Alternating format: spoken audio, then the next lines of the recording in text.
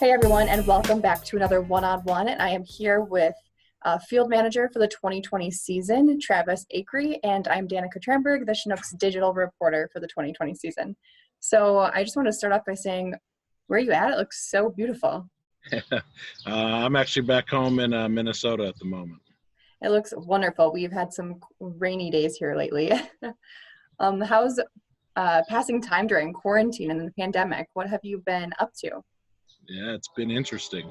It was kind of I was out in Arizona when it happened, like when everything started to shut down, and I was out kind of watching some former Chinooks, actually, just watching some college baseball out there and taking in the weather, taking in spring training, and all of a sudden this happened, and I figured it was just best to come back to home base and be around family, and I'm glad I did. It's being a college baseball coach for the last 15 years or so, it's you miss a lot of time with your family. So I really just wanted to come back and hang out with my folks and spend some time. And my father and I have certainly been out playing a lot of golf lately, which has been enjoyable. And now we're finally starting to open some things up. So getting outdoors a little bit more and trying to be active as much as we can. But spending a lot of time trying to keep in contact with our Chinooks guys too here for the summer.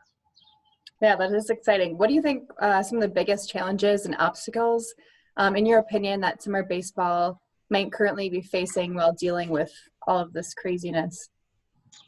Yeah, good question. I think first and foremost, we're all just trying to kind of figure this out on the fly, and trying to figure it out, trying to figure out how we can keep everybody safe, and then with trying to get our season going here, we're trying to figure out what's the best way that we can provide a great experience, but keep everybody safe in what we're doing. And there's a lot of work with that, and we're trying to open up the stadium for fans, and we want to, make it a first-class experience. And so, we want to make sure that we're staying within the guidelines that the city and the state is providing for us. And, that's the biggest thing. But and more importantly, too, or, just as important, I should say, but making sure that our players are safe too.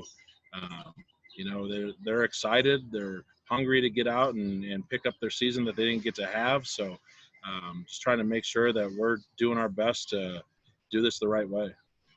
Yeah, absolutely. And obviously safety is top priority. Do you think there's any concerns with how players may perform or be ready to play since they haven't had normal training or preparation for the season? Yeah, that's a tough one. Everybody's what everybody's had access to here is the biggest thing. As we started to open up things here in some states around the country, they're able to get back into weight rooms and stuff like that. In some states still are, on with doors closed basically policy here. So, yeah, that's a big one.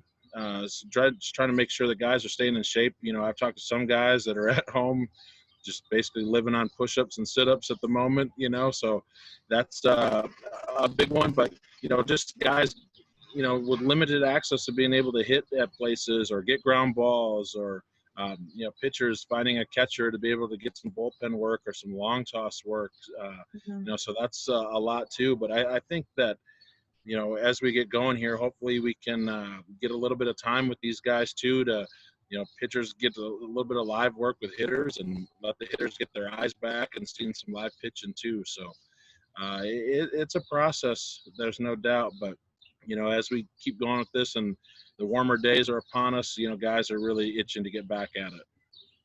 Yeah, it'll be exciting to see everyone back on the field again. What are some of your thoughts on the current roster of talent, even though some of the guys aren't able to play this spring? Yeah, I love where we're sitting here with our roster. We've got some returning guys coming back. Griffin Dorsing was the one that our fans certainly liked last year. Jake Thompson's off to a really good start at Oklahoma State, and he's coming back. Trenton Wallace is another guy from the University of Iowa that we're excited. Drew Smith is coming back. He was with us 2 years ago. Was off to a really big start down in Arizona at Grand Canyon. I was there Opening night, them versus Oklahoma State, and Drew Smith goes off for 6 RBIs and a home run. I mean, really cool to be a part of that and watch, a couple of Chinooks going at it. So I'm excited for our roster. Excited to, see where these guys can pick up. I mean, that's to their credit, them, how they're able to keep their mind and their work ethic going, and just getting them back here on the field hopefully soon. Just really excited to see how they, battle back, because it's really, someone's mindset, is really a big component in all this and how you can get through this. So I'm hoping that these guys really bounce back. I'm hoping the same. Switching gears a little bit, looking at MLB and NCAA. So my first question would be, what are your thoughts on the new proposed timeline of the NCAA season suggested by the committee members from the Power 5 conferences that would see college baseball getting extended into July? Yeah, that's been a topic that's been on the table for a long time. Certainly from the coaches up here in the north, they're just battling the winners. You never know if you got a long winter or a mild winter, whatever the case may be. But it's something that, like I said, the northern coaches have been fighting for a long time, and I see the value for it on the NCAA side of it for sure. For instance, teams like UW-Milwaukee, Iowa, Minnesota, I mean, they're having to spend every single weekend for the first 5 weeks on the road down in Florida, Arizona, going somewhere south. And that's a big budget killer. So I understand that, but, they're trying to make it a little bit more equal playing field in that regard. But the other side, too, is the injury piece. Just trying to ramp up guys, and only have them for a month or so and then get ready to play in the middle of February. But so I think that's a big piece of it. But they're trying to grow, into gaining more fans, trying to grow the game. I think that's really what the NCAA is trying to do with a lot of this. And obviously us being fans, we want to go out and watch baseball in nice weather, so I think that is a big piece here in what coaches are, programs are trying to do. And, I think that they can get bigger crowds in, March, April, May, June for that matter. So it'll be interesting to see how this all plays out. It's something, like I said, that coaches have been really working for a long time, and now coaches are on board. So it's going to certainly look creative for summer ball stuff. But it's also going to give a lot more kids the opportunity to play, those Division II, Division III, NAI guys, junior college guys. It's going to give them an opportunity to get a little bit more exposure in the summertime. Yeah, and that's super exciting. It'll be interesting to see all the changes that come out of this. Do you think the reduction of the number of rounds in the MLB draft drastically affects college baseball, and how will players work to get noticed by scouts now? Well, the scouts certainly got their hands full now, I think, on all this. It's going to create a lot more work for them. And I think summer ball, like this summer, could be really valuable for a lot of guys getting out and a chance to be seen. But certainly going from 40 rounds to 5 rounds is pretty drastic. And I know that they're trying to, before all this happened, there was some talk about reducing minor league stuff in the first place. So it's going to get a little dicey, I think, and really when we get down to it, but and to add to all this, when all the COVID stuff hit, is able to allow student athletes in the spring sports to not lose a year of eligibility. So these students, athletes, have the opportunity to go back. These seniors have an opportunity to go back to school, and everybody else doesn't lose a year. So it's really going to come into, a lot of bottleneck here programs. So you're going to have, this incoming class that's moving on to college now is trying to have to adapt to that as well. So, college programs are certainly being affected by this with the rosters, et cetera.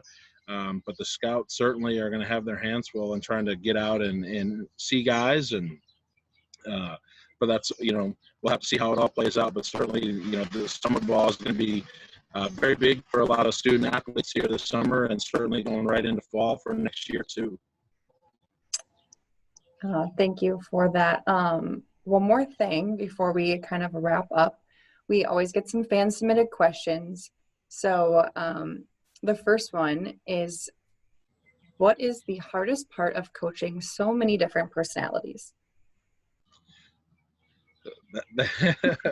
That's an interesting one, because certainly for us, we try to build a little bit of a relationship with these guys before they come to us in the summertime, but that's really what makes summer ball so unique.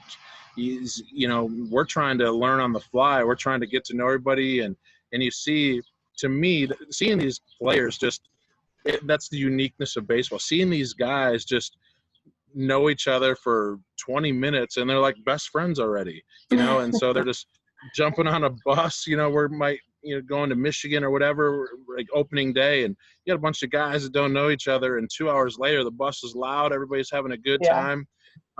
So that's kind of the cool thing about summer ball, is just getting guys from all over the country. And but that's the uniqueness of baseball too. You just got a lot of guys that are just classy individuals with different personalities, and the humor in the dugout. I mean, that's half of it too. It's a lot of fun just to be around these guys. But I guess to branch off of it though, in the baseball aspect of it, you're just getting to learn from so many different players of what they do in their programs, and it's just an opportunity. It's not even a coach-player relationship. It's just a baseball guy to a baseball guy relationship at this point, with the summer ball. So it's really unique, and I'm just fortunate to be a part of it. Yeah, absolutely. I imagine it's a great time. It's fun, and you also have such an amazing role being able to kind of be a mentor in some of these guys' lives too. So it's really neat. The next question might be the best one. Honest thoughts on Luke Sommerfeld's at bat in the summer of 19, submitted by the one and only Luke Sommerfeld. Oh boy, he's going to be missed. He wasn't getting shortchanged, let's put it that way. He was going to get his money's worth in that at bat, and I'm glad that we got an opportunity to give him that one, because he certainly earned it. And it's really exciting to be able to watch his career. He's a first-class person, that's for sure. Yeah, absolutely. Well, thank you so much for your time again. Enjoy the beautiful weather up there. Thanks everyone for tuning in today, and we will see you next time on our next one-on-one.